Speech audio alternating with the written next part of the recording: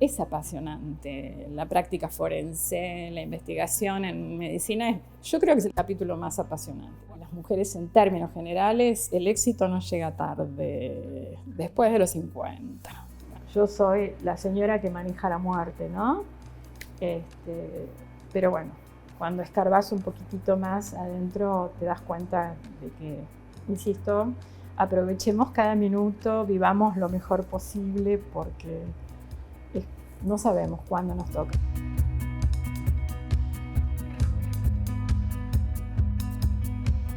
En este nuevo especial de Mujeres Fueguinas Construyendo Historia, conocemos la trayectoria de una mujer que eligió caminos exigentes y dejó su huella a través de su trabajo. Estamos hablando de Inés Aparici, que dedicó su vida al conocimiento y al servicio. Hoy, ya jubilada, Inés conserva la serenidad de quien sabe que su trabajo fue más que una profesión. Fue un servicio a la comunidad y una forma de construir historia desde la responsabilidad y la vocación.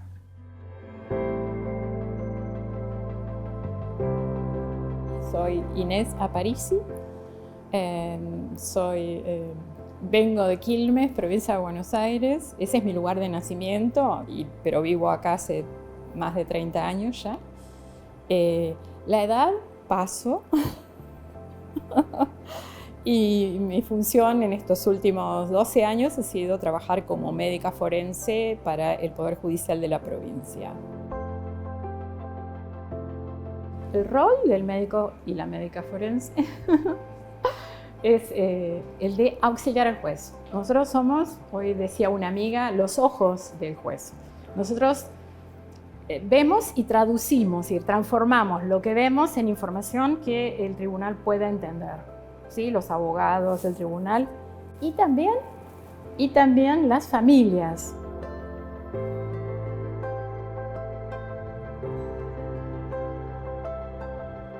¿Cómo fueron esos inicios, esos comienzos?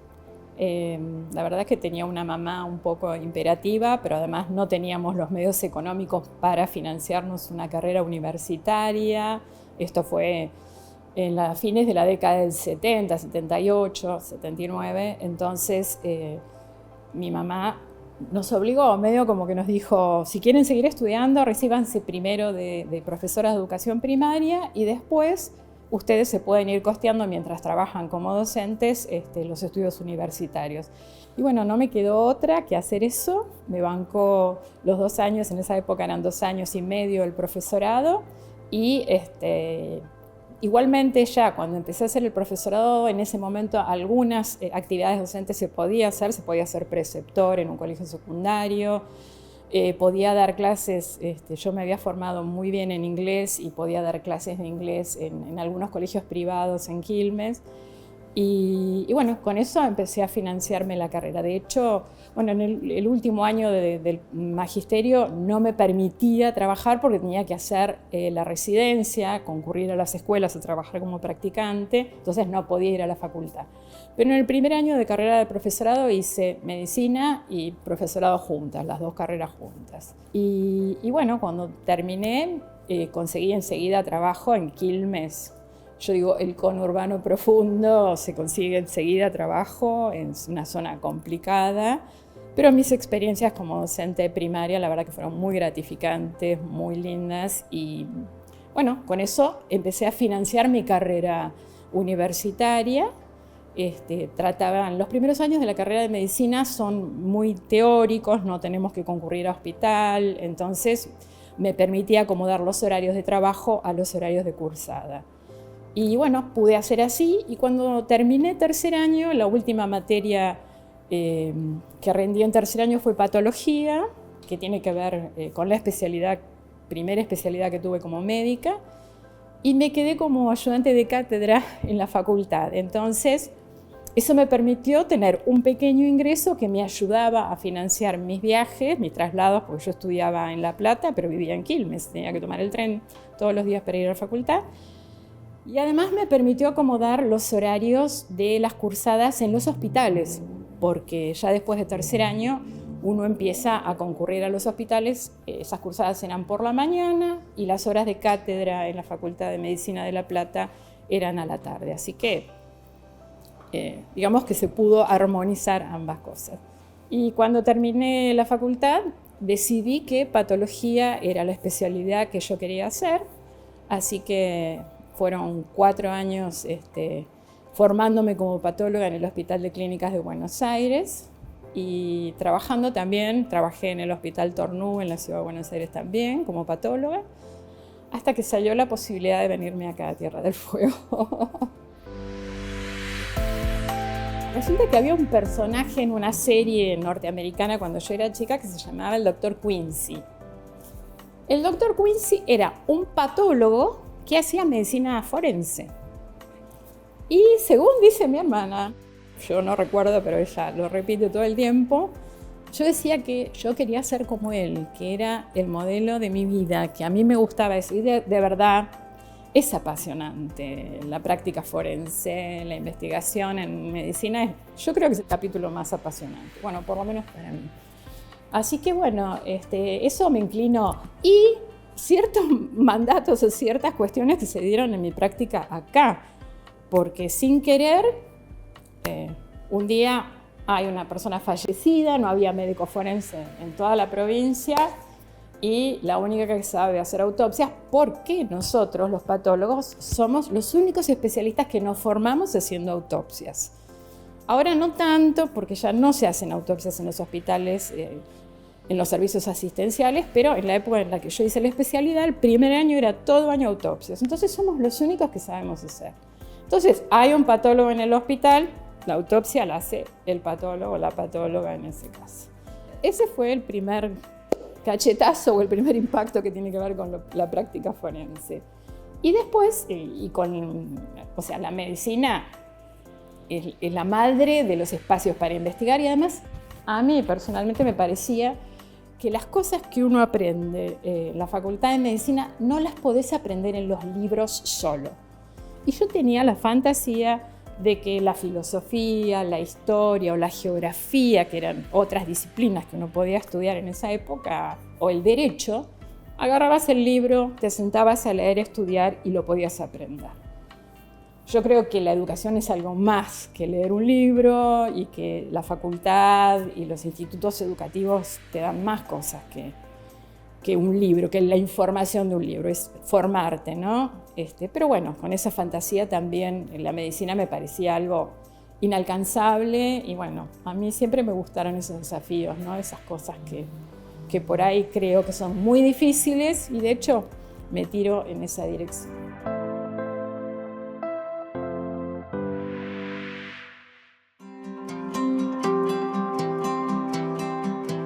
¿Cómo recuerda las aulas y los compañeros con los que estaba cursando las materias? ¿Eran mayoría mujeres, hombres? ¿Era variación?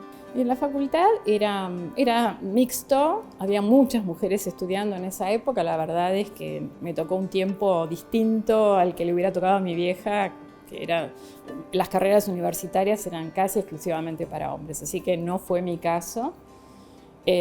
Bueno, recuerdo muy bien esa época porque ahí conocí al que es mi esposo ahora.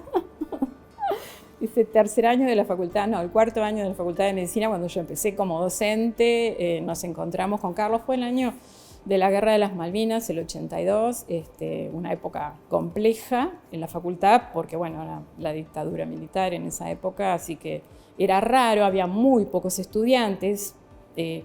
En el año 76 ingresaban 3.000 estudiantes en primer año en la Facultad de Medicina. En el año 81, que es cuando yo retomé los estudios, eran 300. Y te diría que casi nos conocíamos todos, y de hecho seguimos conectados por un grupito de WhatsApp. Para los 25 años de médicos nos juntamos todos.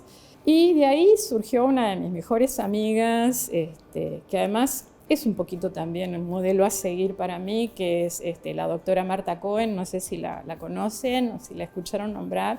Se hizo muy famosa en la pandemia, ella vive en Inglaterra y habla mucho por televisión, aparte le encanta hablar. Y bueno, y tenemos un grupo muy lindo de compañeros todavía, en una época muy divertida, la época de la vida de estudiantes. Mi hermana en ese momento había revisado el diario y en los avisos clasificados había una convocatoria para médicos para Tierra del Fuego. Y lo que pedían era un patólogo para Río Grande. Y bueno, me presenté a entrevista.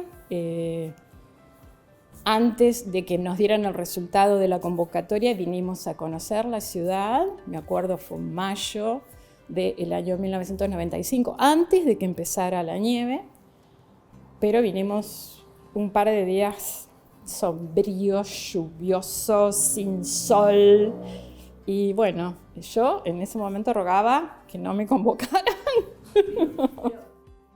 Y mi marido, que es tocoginecólogo, en Buenos Aires estaba volviendo loco porque en Buenos Aires el que trabajaba y el que realmente sostenía la familia era él.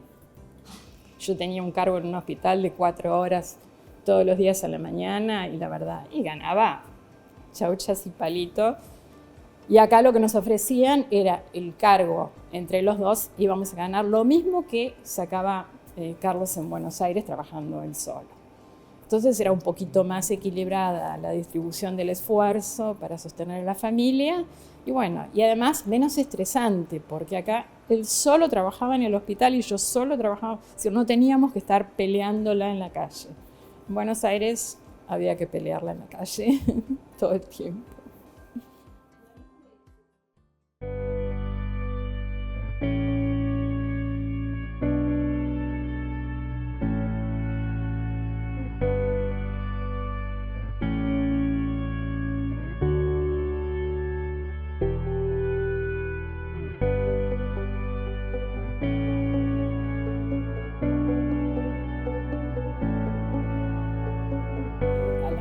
En términos generales, el éxito no llega tarde, después de los 50. Sí, cuando yo me fui a la beca, era una beca latinoamericana, era un representante para cada uno de Latinoamérica, para cada país de Latinoamérica, y yo tenía 47 años, y ahí ya pueden calcular mi edad, los que quieran. Y el mayor de mis compañeros, había una mujer de 52, una patóloga peruana de 52, pero el mayor de mis compañeros tenía 37, o sea que eran mucho más jóvenes que las mujeres. Había 2 venezolanas que eran jovencitas, pero el resto de las mujeres éramos todas grandes. Bueno, eso tiene que ver, ¿no?, con que uno a veces tenés que relegar el desarrollo profesional porque tenés una familia y hay que ir a buscarlo a la escuela, hay que hacer los disfraces para los actos, hay que, ayudarlos a estudiar, si tienen dificultades, llevarse a la maestra particular, a básquet, a fútbol, a lo que sea que hagan los chicos. Entonces es como que los tiempos de la mujer por ahí son un poquito más lentos, pero tiene su ventaja porque cuanto más tarde te llega el éxito o el reconocimiento, más experiencia tenés.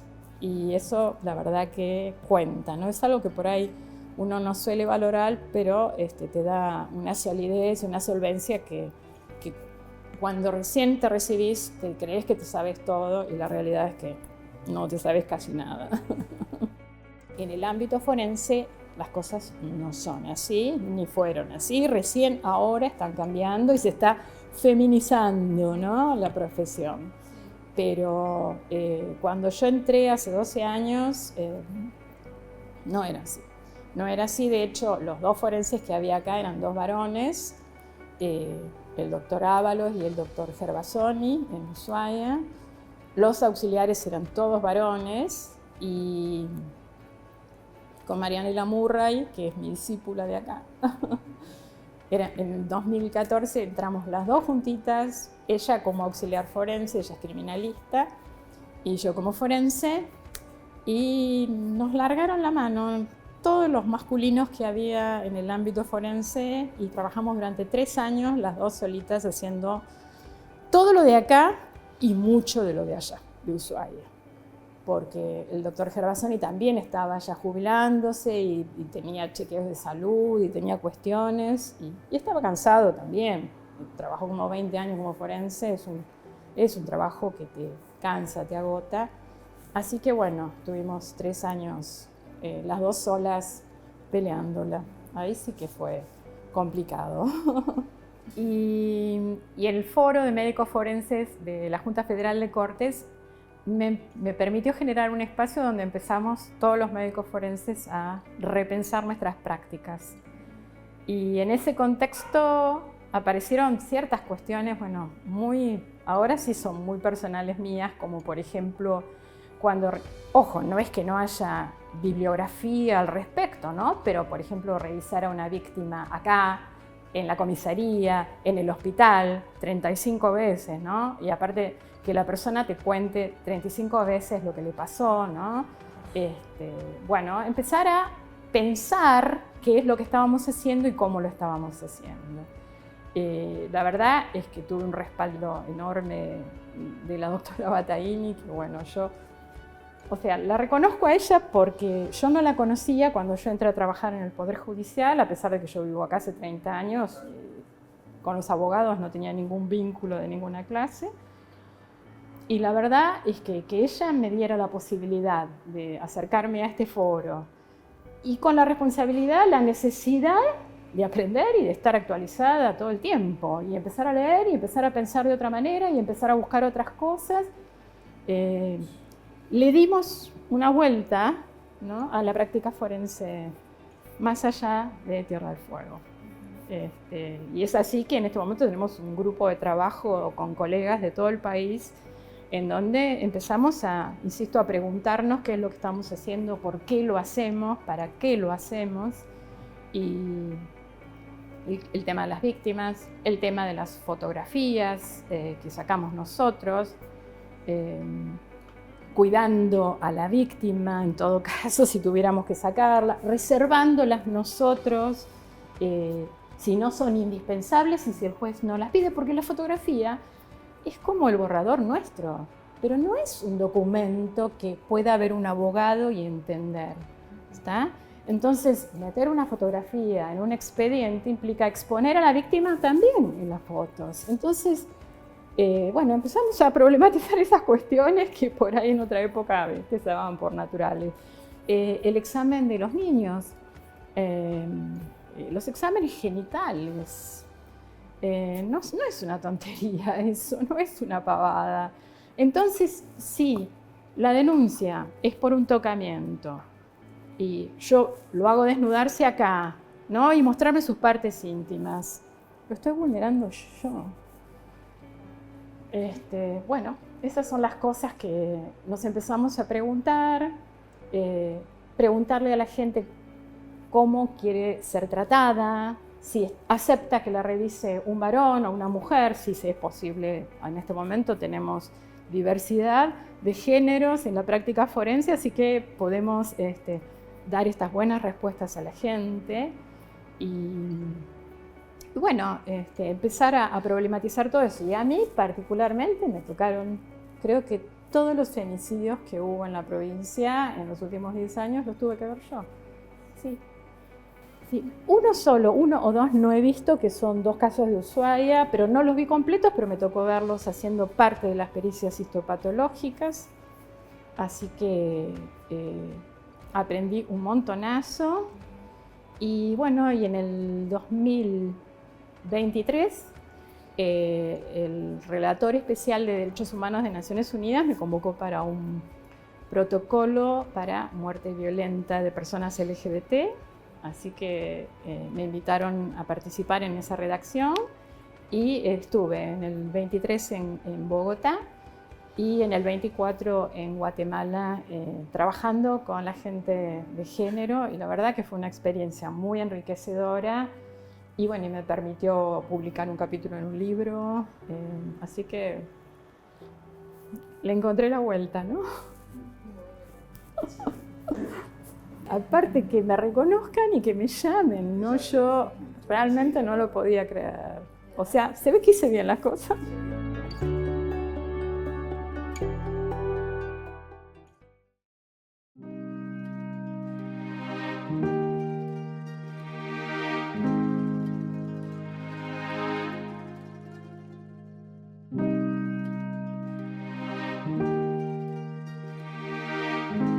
se viene a aplicar la perspectiva ya sea LGTBIQ+, ¿no? en los procesos, en los métodos también. No sé si eso es algo que ya es novedoso o se viene realizando desde algún tiempo. Se cambió el día a la noche. En el año 2014 el juez te ordenaba y tenías que hacerlo. Ahora, o sea, no es que no lo vamos a hacer. Ahora nosotros hacemos lo que creemos que está bien desde el punto de vista forense, es decir, aquello que le va a rendir al tribunal lo que necesita y no cualquier cosa. Es decir, no es que porque nos den una orden tenemos que seguirla a pie juntillas. Nosotros somos profesionales designados para ayudar, para asistir al tribunal. Entonces tenemos que darle lo mejor al tribunal y no tenemos que destruir a los seres humanos que están en el medio en nuestra práctica, ¿no? Entonces, ojo, el juez no te dice obligue a una víctima a tal cosa, jamás, nunca. Pero si nosotros lo interpretamos con una orden que no se puede discutir, bueno, vamos a hacer eso, vamos a lastimar. Si nosotros decimos, bueno, esto se hace, pero se tiene que hacer bien, correctamente, como corresponde, ¿no? Me tocó estar en el caso del profesor de música y vimos 25 niños acá y a cada uno de ellos, 3 y 4 años, se les preguntó si querían o no ser revisados. Lo hicimos en un contexto cuidado, se hizo un examen físico de la salud de los chicos integral, porque maltrato no es solamente la violación. Maltrato también es un chico que no está vacunado, un chico que no se le controla el estado de su salud periódicamente, que tiene la boca llena de caries, que está desnutrido, que no se alimenta correctamente, es decir, todo eso es maltrato, ¿no? Entonces, bueno, si vamos a investigar el maltrato, lo hacemos completo, como corresponde. Y además, en general, también con la ayuda de un pediatra especialista. Porque bueno, yo soy patóloga, claro, yo puedo ver una lesión y decirte si es un cuchillo o un arma de fuego. Pero si crece bien un chico o no, lo tiene que ver un pediatra. Si está su calendario de vacunación completo, si la medicación que tiene que tomar es la que está recibiendo, bueno, todo eso lo tiene que decir un especialista, ¿no? Uno cree que no se involucra, uno cree que viene, hace todo, revuelve tripas y no es así. Terminaste de hacerlo y te vas a tu casa y vos crees que ya está y toda la adrenalina, porque además es una profesión que genera mucha adrenalina.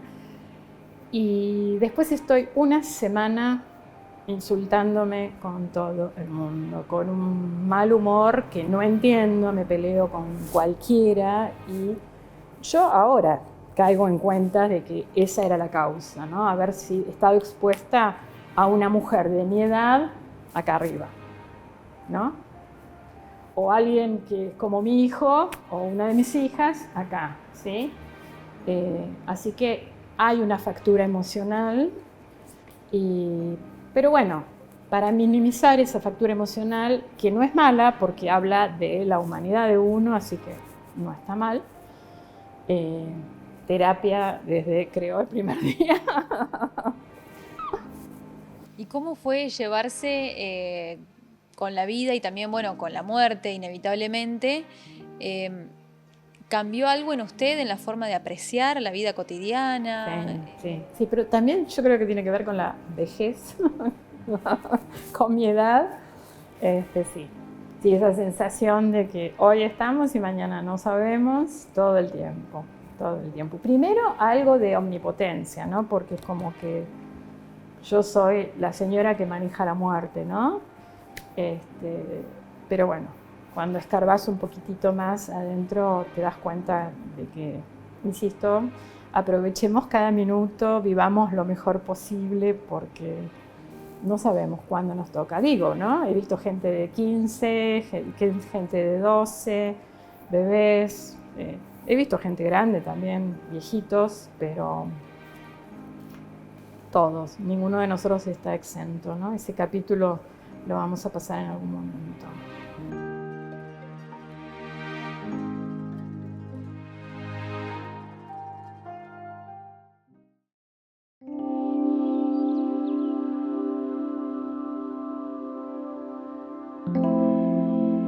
empecé, ya estoy haciendo ahora un curso a distancia de inteligencia artificial porque me gusta mucho todo lo tecnológico. También uno cree que determinada edad es para no aprender y no usar computadoras. Bueno, yo como forense desarrollé un montón de aplicaciones para hacer estadísticas, porque en la Argentina no hay números de las cosas forenses, de las causas forenses, así que hice uno propio de acá. Es una base de datos chiquita, pero bueno, es una ciudad que tiene números. Si ustedes quieren saber algún día, me lo piden y les paso.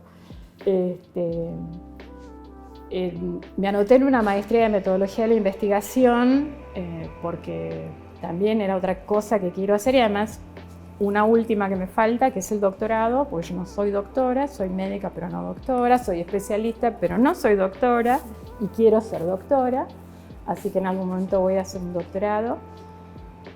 Y como les comenté antes, me llamaron de Buenos Aires para un caso que por ahí va a tener trascendencia, un caso de, bueno, ya cuando sea el momento se enterarán, pero una abogada defensora, y la verdad es que un caso que tiene también presente a la gente de Innocence Project, así que estoy trabajando con la gente del equipo argentino de antropología forense. Ellos me formaron en antropología forense en el año 2017 y estoy ayudando en algunos casos que ellos tienen pendientes todavía de identificaciones.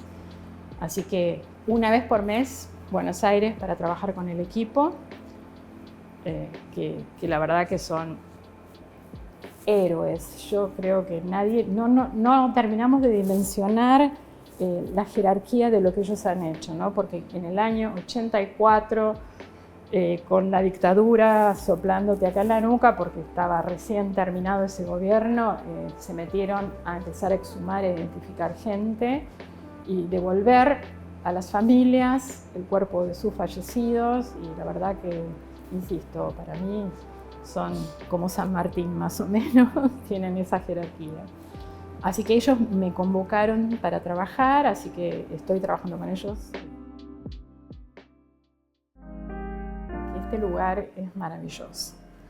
Tiene un clima espantoso, una distancia del mundo terrible, pero es el lugar de las posibilidades. Acá, si uno quiere, puede casi todo, ¿sí?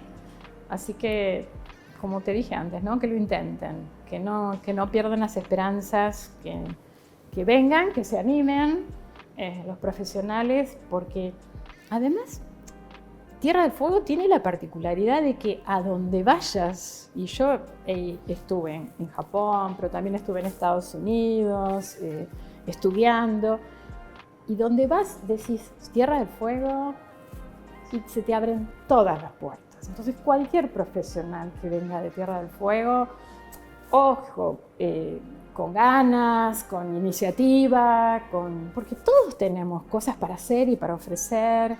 Bueno, hacerlo y decir, y acá, al ser tan poquito y ser tan chiquito, que ese es otro detalle importante, para mí no era un trabajo extra hacer estadísticas. Producir conocimiento acá no es difícil, no es como en Buenos Aires, en donde tenés que andar de un lado para el otro y estás 3 horas sentado en un colectivo para ir a ver qué le pasó a fulano y qué le pasó a mengano, o acceder a la posibilidad de hacer un trabajo de investigación. Acá se puede. Acá estamos a 5 minutos de cualquier lado y tenés todos los recursos, porque lo que quieras lo tenés. Es decir, acá a mí nunca me faltó nada. No es que nos falten cosas.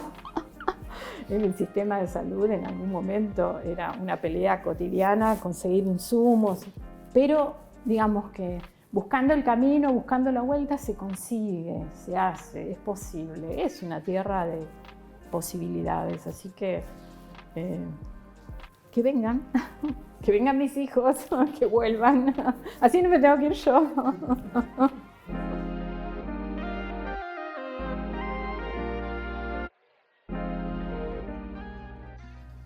A lo largo de estos programas, por el mes de la mujer, conocimos historias distintas, atravesadas por el trabajo, la vocación y la decisión de seguir adelante. Mujeres que desde sus lugares construyen, sostienen y dejan huella.